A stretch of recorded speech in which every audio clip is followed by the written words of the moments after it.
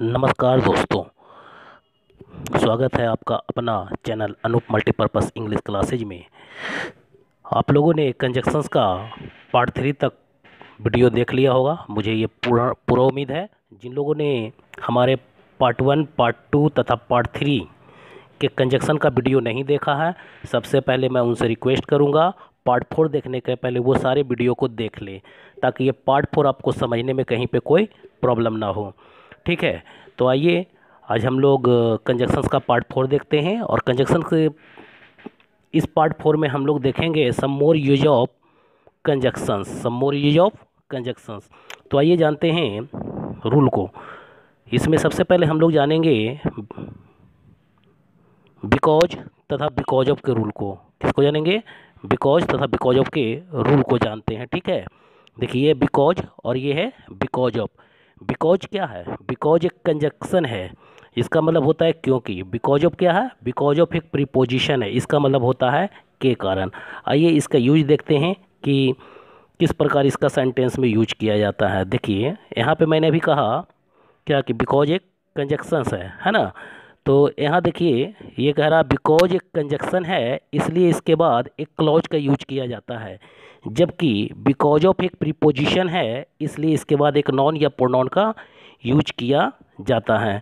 ठीक है, देखिए किया जाता है मीन्स में समझ लीजिए कि बिकॉज क्या है। बिकॉज के बाद आपको क्या आना चाहिए? एक सब्जेक्ट आना चाहिए, एक वर्ब आना चाहिए और एक ऑब्जेक्ट आना चाहिए। ये हमेशा ध्यान रखना है। ठीक है, जबकि कॉमन एरिया सेंटेंस इंप्रूवमेंट में क्या करेगा? बिकॉज की जगह बिकॉज ऑफ और बिकॉज ऑफ की जगह बिकॉज लगा देता है।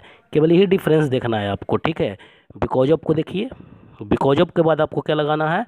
इस बिकॉज ऑफ के बाद या तो एक नाउन आएगा या क्या आएगा? एक प्रोनाउन आएगा। ठीक है, यदि आप इसके अलावा कुछ भी यूज कर देते हैं तो वो 100% क्या हो जाएगा? इनकरेक्ट हो जाएगा। ठीक है, देखिए एग्जाम्पल से इसको समझ लें हम लोग। ये फर्स्ट एग्जाम्पल में दे रखा है ही वॉज बिटेन बिकॉज या because of he came late. अब यहाँ देखिए इस सेंटेंस में क्या दे रखा है? ही एक सब्जेक्ट है और ये वर्ब है। इसमें सब्जेक्ट के बाद वर्ब आ रहा है, मतलब कि इसके पहले बिकॉज आएगा। यदि आप बिकॉज ऑफ यूज करते हैं तो ये 100% क्या हो जाता है? इनकरेक्ट हो जाता है। ठीक है, अब देखिए एग्जाम्पल नंबर 2। एग्जाम्पल नंबर 2 क्या कह रहा है? ही केम लेट बिकॉज या बिकॉज ऑफ यू। देखिए यहाँ यू क्या है? एक प्रोनाउन है। यू क्या है? एक प्रोनाउन है। ठीक है, अब इस प्रोनाउन के बाद कोई वर्ब नहीं आ रहा। कहने का मतलब क्या है कि इस स्थिति में हम लोग बिकॉज नहीं यूज करेंगे। क्या यूज करेंगे? बिकॉज ऑफ यूज करेंगे। फिर से समझ लीजिए, जैसा कि हमने कहा कि बिकॉज के बाद क्या यूज करना है आपको? बिकॉज के बाद एक सब्जेक्ट यूज करना, एक वर्ब यूज करना, एक ऑब्जेक्ट यूज करना। जबकि बिकॉज ऑफ के बाद क्या आएगा? एक केवल नॉन या प्रोनाउन आएगा। ठीक है, तो रूल को अच्छे से समझते चले जाइएगा और आपको इसका फ़ायदा सेट में देखने को मिलेगा भी। ठीक है, आइए नेक्स्ट रूल देखते हैं। नेक्स्ट रूल है हमारा एज तथा लाइक, है ना। ये दोनों का हिंदी मीनिंग क्या होता है? जैसा। दोनों का मतलब क्या होता है? जैसा। ठीक है, अब ये दोनों में डिफरेंस क्या है ये देखिए। दोनों का मतलब तो जैसा ही होता है, लेकिन डिफरेंस समझना है कि सेंटेंस में इसको किस प्रकार से यूज करना है। ठीक है, तो देखिए यहाँ क्या कह रहा है? एज एक कंजक्शन है इसलिए इसके बाद एक क्लॉज का यूज किया जाता है, जबकि लाइक एक प्रीपोजिशन है इसलिए इसके बाद एक नाउन या प्रोनाउन का यूज किया जाता है। सेम कंडीशंस है, जैसे बिकॉज और बिकॉज ऑफ में आपने किया कि बिकॉज के बाद एक क्लॉज यूज किया और बिकॉज ऑफ के बाद एक नाउन या प्रोनाउन यूज किया। ठीक है, तो यहाँ पर भी ये ध्यान रखना है कि एज एक कंजक्शन है इसलिए इसके बाद क्या यूज करेंगे? एक क्लॉज यूज करेंगे, जबकि लाइक एक प्रीपोजिशन है इसलिए इसके बाद एक नाउन या प्रोनाउन का यूज करेंगे। ठीक है, मीन्स में भी देख लीजिए इसको। देखिए यहाँ क्या दे रखा है? एज के बाद क्या यूज करना है? एक सब्जेक्ट यूज करना है, एक वर्ब यूज करना है और एक ऑब्जेक्ट यूज करना है। ठीक है, जबकि लाइक के बाद क्या यूज करना है? या तो नाउन आएगा या तो प्रोनाउन आएगा। समझ रहे हैं? देखिए एग्जाम्पल से और भी क्लियर कर देते हैं इसको। डू एज या लाइक आई टेल यू। तो आई टेल यू क्या है? ये एक सब्जेक्ट है आई, टेल क्या है? एक वर्ब है और यू क्या है? एक ऑब्जेक्ट है। ठीक है, तो सब्जेक्ट वर्ब ऑब्जेक्ट के पहले क्या यूज करेंगे हम लोग? एज यूज करेंगे, चूंकि एक क्लॉज हो रहा है। जबकि लाइक एक प्रीपोजिशन है और प्रीपोजिशन के बाद क्लॉज का यूज नहीं किया जाता है, इसलिए ये क्या हो जाएगा, गलत हो जाएगा लाइक। ठीक है, एग्जाम्पल नंबर 2 देखिए।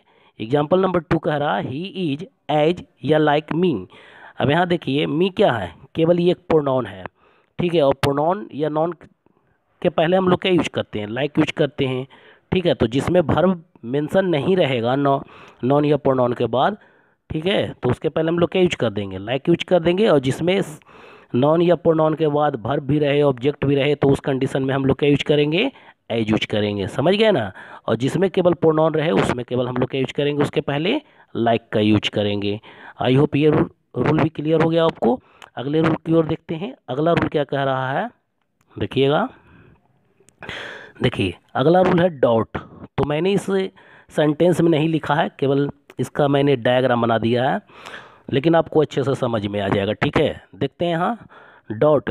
डॉट के लिए क्या रूल कहता है, डॉट के बाद दैट का भी यूज होता है या तो वेदर का यूज होता है। ठीक है ना, डॉट के बाद क्या यूज होता है, या तो दैट यूज होगा या तो वेदर यूज होगा। अब दैट किस कंडीशंस में यूज करना है, तो जब सेंटेंस हमारा पॉजिटिव होगा तो उसके बाद हम लोग डॉट के बाद क्या यूज करेंगे, दैट यूज करेंगे। और जब सेंटेंस हमारा निगेटिव होगा तो इस डॉट के बाद क्या यूज किया जाएगा, वेदर का यूज किया जाएगा। समझ रहे हैं, केवल इतना ही फ़र्क देखना है आपको कि यदि सेंटेंस हमारा पॉजिटिव है तो डॉट के बाद क्या लगाया जाएगा, दैट। और यदि पॉजिटिव है तो आप क्या यूज कीजिए, वेदर का यूज कीजिए। समझ रहे हैं बात को। देखिए यहाँ एग्जाम्पल क्या कह रहा है, देखिए I do not dot that या वेदर ही विल सक्सीड। अब यहाँ देखिए डू नॉट क्या, ये निगेटिव वर्ड है। अभी हमने कहा कि जब निगेटिव सेंटेंस रहेगा तो इस डॉट के बाद क्या यूज किया जाएगा, दैट यूज किया जाएगा। ठीक है, यदि वेदर यूज करते हैं तो 100% इनकरेक्ट हो जाता है। ठीक है, एग्जाम्पल नंबर 2 में देखिए आई डॉट। तो डॉट एक पॉजिटिव सेंटेंस के रूप में यहाँ यूज किया गया है, तो इसलिए यहाँ क्या यूज करेंगे, हम लोग वेदर यूज करेंगे। यदि दैट का यूज करेंगे तो क्या हो जाएगा, इनकरेक्ट हो जाएगा। बस इतना ही रूल आपको इसमें ध्यान रखना है। ठीक है, कोई कन्फ्यूजन नहीं होगा। नेक्स्ट देखिए नौ के लिए।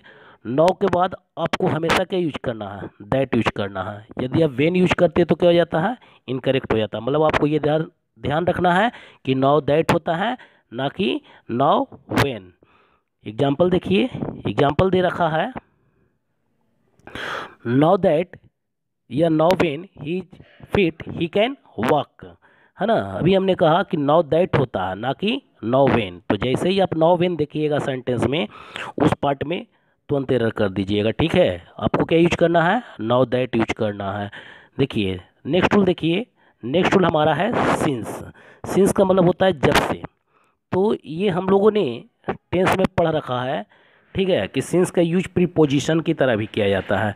लेकिन यहाँ पर जो हम सिंस का यूज बतला रहे हैं आपको, एक कंजक्शंस की तरह बता रहे हैं। और जब इसका यूज कंजक्शन की तरह होता है तो उसका क्या रूल है, आइए देखते हैं। देखिए ये कह रहा है कि सिंस का यूज जब कंजक्शन की तरह होता है तो सिंस के पहले प्रेजेंट परफेक्ट तथा सिंस के बाद पास्ट इंडेफिनिट का यूज किया जाता है। ठीक है, मीन्स में समझ लीजिए, इसको अच्छे से समझना है। ठीक है, क्योंकि इससे भी एक दो क्वेश्चंस आ ही जाता है किसी न किसी रूप में। देखिए यहाँ मीन्स में है subject plus have plus V3 plus object since plus subject plus V2 plus object.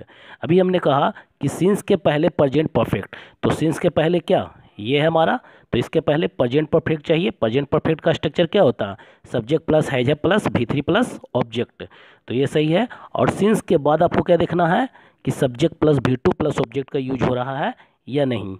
ठीक है, और कंसेप्ट क्लियर है ना। हाँ, अब इसके बाद देखिए कि ये क्या कह रहा है, ये एग्जाम्पल देखिए। एग्जाम्पल कह रहा है he has not eaten anything since his father dad. तो देखिए ये सिंस है और सिंस के पहले ये सब्जेक्ट प्लस हैज है plus V3 plus object they रखा है। तो सिंस के पहले तो प्रेजेंट परफेक्ट ठीक है। अब सिंस के बाद देखना है, ये हो गया सब्जेक्ट और ये हो गया V2, मतलब ये दोनों ही कंडीशन फॉलो कर रहा है। इसका मतलब ये सेंटेंस क्या है, सही है।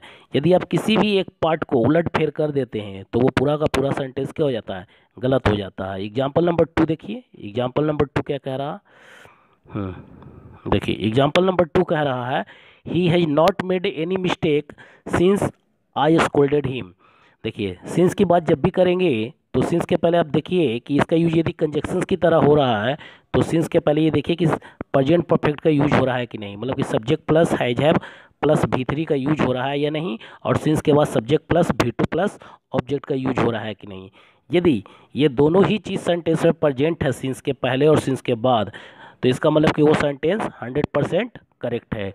आई होप कि ये रूल भी आपको अच्छे से समझ में आ गया होगा। आइए अगले रूल को देखते हैं। अगला रूल हमारा क्या कह रहा है, as dot dot as oblique so dot dot as.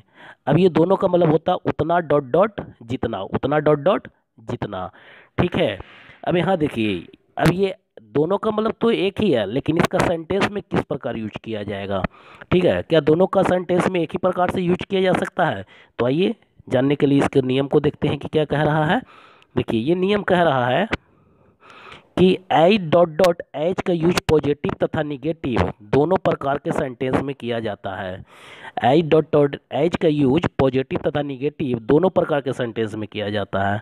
ठीक है, रूल नंबर 2 इसका क्या कह रहा है, देखिए रूल नंबर 2 कह रहा है सो डॉट डॉट एच का यूज निगेटिव सेंटेंस में किया जाता है। ठीक है, रूल नंबर 3 कहता है कि एच डॉट डॉट एच तथा सो डॉट डॉट एच के बीच में हमेशा पॉजिटिव डिग्री के एडजेक्टिव का यूज किया जाता है। ठीक है, तो ये डिफरेंस है हमारा एच डॉट डॉट एच तथा सो डॉट डॉट एच में। ठीक है, आइए जानते हैं इसका एग्जांपल देखते हैं कि क्या ये कहना चाह रहा है। देखिए पहले तो आप मीन्स समझ लीजिए शॉर्ट में, एक एच डॉट डॉट एच का यूज जो है ये पॉजिटिव सेंटेंस है तो भी सही होगा, और यदि सेंटेंस निगेटिव है तो भी सही होगा। ठीक है, जबकि सो डॉट डॉट एच का यूज जो है केवल और केवल निगेटिव सेंटेंस में किया जाएगा। यदि आप पॉजिटिव सेंटेंस में इसका यूज करते हैं तो वो 100% क्या हो जाता है, इनकरेक्ट हो जाता है। ठीक है, अब यहाँ देखिए मीन्स का तीसरा रूल देखिए, ये कह रहा एज डॉट डॉट एज है ना, और सो डॉट डॉट एज के बीच में हमेशा पॉजिटिव डिग्री के एडजेक्टिव का यूज करते हैं। पॉजिटिव पीडी मतलब पॉजिटिव डिग्री के एडजेक्टिव का यूज करेंगे। यदि आप कंपैरेटिव डिग्री का यूज करते हैं तो गलत, और सुपरलेटिव डिग्री का भी यूज करते हैं तो गलत। किसके बीच में, एच डॉट डॉट एच तथा सो डॉट डॉट एच के बीच में। एग्जाम्पल से समझ लीजिए और भी क्लियर हो जाएगा। ठीक है, देखिए यहाँ कह रहा है he is as big as you. अभी सेंटेंस में कहीं पे भी नॉट नहीं लगा हुआ, मतलब ये पॉजिटिव सेंटेंस है, और एज है ना के बीच में पॉजिटिव डिग्री भी आ रहा है और पॉजिटिव सेंटेंस में भी है, तो इसका मतलब ये सेंटेंस सही है। एग्जाम्पल नंबर 2 देखिए, ये कह रहा है he is not as big as you, ये निगेटिव सेंटेंस है, और हमने कहा कि इसका यूज जो है पॉजिटिव तथा निगेटिव दोनों प्रकार के सेंटेंस में किया जाता है। ठीक है ना, ये बाय मिस्टेक यहाँ पे हमने काट दिया था। ठीक है, तो इस क्रॉस की ओर आपको ध्यान नहीं देना है, यहाँ जो मैं रूल बता रहा हूँ उसको ध्यान देना है कि एच डॉट डॉट एच तथा सो डॉट डॉट एच के को क्या पॉजिटिव तथा निगेटिव दोनों प्रकार के सेंटेंस में सही माना जाता है। ठीक है, एग्जाम्पल नंबर 2 देखिए, एग्जाम्पल नंबर 2 क्या कह रहा है, he is so tall as you. अब यहाँ सो आ रहा और एज आ रहा, तो सो एज के का यूज हमें क्या चाहिए, हमको इसका यूज चाहिए केवल निगेटिव सेंटेंस में, और यहाँ क्या दे रखा है, कहीं पे भी नॉट नहीं दे रखा या कोई ऐसा वर्ड नहीं दे रखा है जिससे निगेटिव सेंटेंस का बोध हो। ठीक है ना, तो इसलिए he is so tall as you गलत है। अब इसको सही करने के लिए क्या करेंगे, इज के बाद नॉट लगा देंगे। ठीक है, तो ये सेंटेंस हमारा निगेटिव बन जाएगा, और जब निगेटिव सेंटेंस बन जाएगा तो सो एज का यूज क्या हो जाएगा, करेक्ट हो जाएगा। तो हम बोलेंगे he is not so tall as you. Next example देखिए, एग्जाम्पल नंबर 3 क्या कह रहा है, देखिए इस रूल को भी हम लोग अच्छे से देख ले, है ना। मैंने कहा क्या कहा, देखिए यहाँ कह रहा है he is as wise wiser या बाइजेस्ट एज यू। यहाँ एज है, ठीक है, तो एज के बीच में हमेशा पॉजिटिव डिग्री के एडजेक्टिव का यूज करना। तो बाइज पॉजिटिव डिग्री है, बाइजर कॉम्परेटिव डिग्री है, तथा बाइजेस्ट क्या सुपरलेटिव डिग्री है, और हमको क्या चाहिए, केवल और केवल एज के बीच में पॉजिटिव डिग्री, मतलब बाइज सही होगा, वाइजर गलत होगा। इसी तरीके से एग्जाम्पल नंबर 2 देखिए, you are not so brave braver या ब्रेवेस्ट एज ही। यहाँ देखिए सो एज आ रहा ना, तो सो एज के बीच में भी हमको क्या चाहिए, पॉजिटिव डिग्री चाहिए, तो ब्रेव पॉजिटिव डिग्री है तो सही है, ब्रेवर कॉम्परेटिव डिग्री है तो गलत है, ब्रेवेस्ट सुपरलेटिव डिग्री है तो ये भी गलत है। आई होप यहाँ तक रूल आप लोग को सब क्लियर हो गया होगा। और इसी के साथ हमारा ये कंजक्शंस का पार्ट 4 भी समाप्त होता है। जिन लोगों ने हमारे चैनल को सब्सक्राइब नहीं किया है, कृपया वो हमारे चैनल को सब्सक्राइब कर दे तथा बेल आइकन पर क्लिक कर ले, ताकि हमारा वीडियो का लेटेस्ट नोटिफिकेशन आप तक पहुंचता रहे। Thank you for watching and sharing.